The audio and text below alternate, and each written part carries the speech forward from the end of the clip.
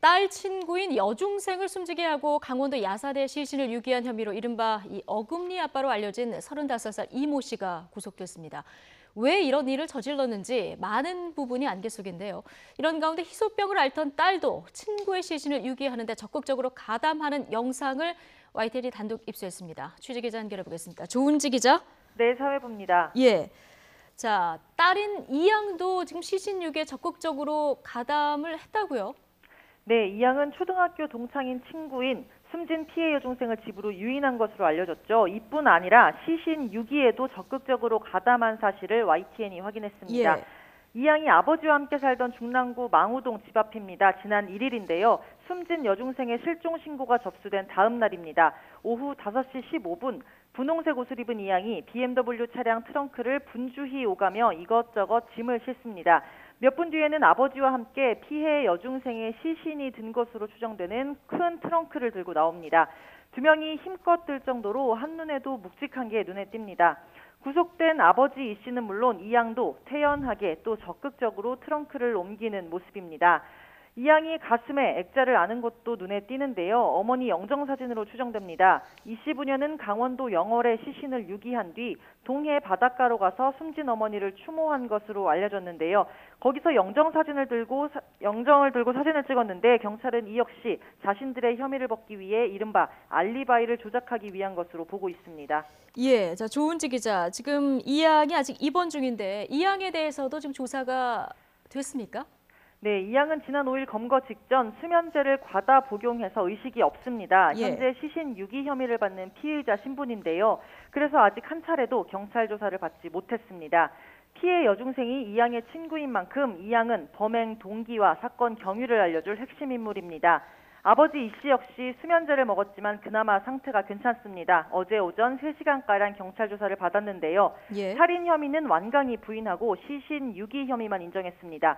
본인이 목숨을 끊으려고 집에 놔뒀던 수면제를 딸 친구가 집에 와서 실수로 먹었다 이렇게 진술했습니다. 일단 이 씨는 시신 유기 혐의로만 구속영장이 발부됐습니다. 네, 지금 수면제를 복용하고 숨졌다 이렇게 주장을 하고 있는 건데 그런데 부검 결과는 지금 다르게 나오고 있습니다. 사인이 질식사라고 나왔다면서요. 네, 경찰은 국과수의 부검 결과 끈에 의해 목이 졸려 질식사했다 이런 구두 소견을 받았다고 전했습니다. 목 뒤와 목 근육 내부에 출혈이 있었고 목 앞부분에도 피부가 벗겨지는 등 타살 정황이 확인됐다는 겁니다. 피의자 이 씨가 살인 혐의를 부인하고 있지만 경찰은 시신 유기 정황 등을 종합적으로 볼 때 이 씨가 살해했을 가능성에 무게를 두고 수사하고 있습니다. 경찰은 이 씨의 자택에서 비닐 소재로 추정되는 끈과 라텍스 장갑 등을 수거해서 정밀 감정을 의뢰한 상태입니다. 예. 자, 범행 동기와 경위 모든 것이 궁금합니다만 그 밖에도 참 의문이 지금 많습니다. 지금 어금니 아빠로 알려진 이 씨 그동안 호화 생활을 해왔다면서요. 네, 알려진 바와 같이 이 씨 부녀는 희소병 환자입니다. 전 세계에 몇 명 없는 거대 백악종을 앓는다면서 본인을 어금니 아빠로 칭하며 10년 넘게 언론 등을 통해 꾸준히 모금 활동을 해왔습니다. 하지만 이번 사건을 취재하다 보니 이 씨가 딸의 수술비를 모금하면서도 고급 차량을 여러 대 사용하는 등 호화 생활을 해온 정황이 드러났습니다. 평소에는 친누나 명의의 에쿠스를 탔고 강원도 야산에 시신을 유기할 때는 친형 지인의 이름으로 된 BMW를 이용했습니다. 본인 명의의 포드 승용차도 있는데요. 이 씨가 사용한 것으로 알려진 고급차만 이렇게 석대입니다. 자동차 튜닝을 직접 하고 관련 일도 했을 만큼 차량에는 전문가였습니다. 이 씨는 또 200만 원에 산 혈통견을 판다며 애견 사이트에 글을 올리는 등 개 분양에도 취미를 보였습니다.